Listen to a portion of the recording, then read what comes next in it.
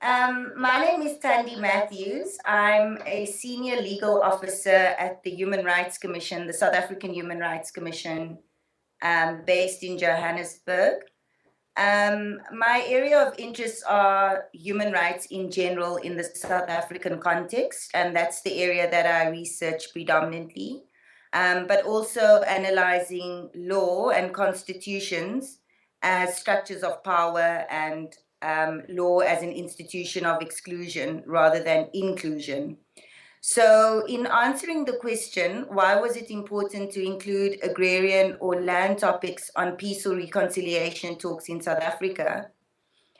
I think in any societal development, land and labor are important aspects to this development. And in the South African context, it's a very complex and long story. The story started when South Africa became a union, which was formed in 1910. And in 1913, the Native Land Act was implemented in South Africa. So this year in 2013, we are celebrating, or not, rather commemorating 100 years of having the Native Land Act enforced. And what the Native Land Act was that it disempowered or dispossessed Black people of land. 90% of the land in South Africa was transferred to white ownership, which constituted less than 10% of our population. So in 1994, it was really important to have land redistribution because the fight against apartheid was a little bit of fighting racial segregation, but the primary fight against apartheid was about economic, about regaining control over our economy.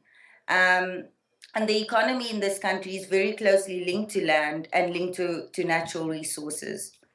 So that was why land redistribution was really important for our democratic transition.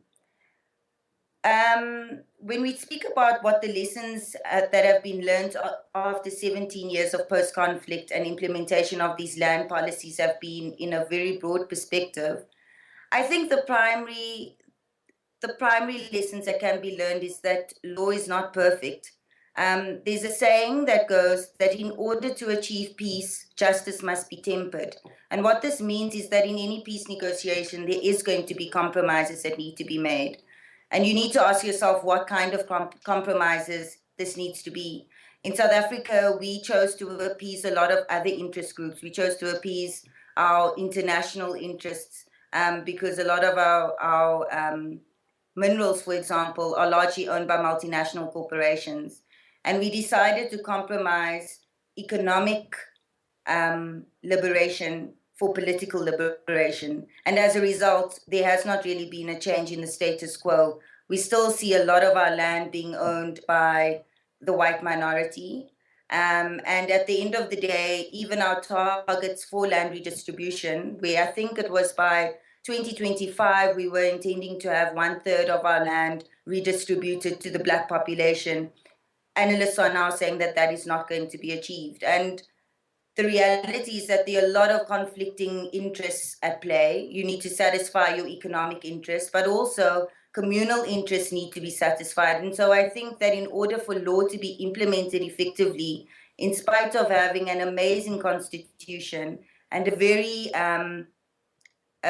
kind of forward-thinking and progressive land redistribution policy, if you don't understand the way communities function and if you don't understand context, then I don't think that land redistribution policies can be that effective. And I think those are the tensions that we're starting to experience in South Africa today.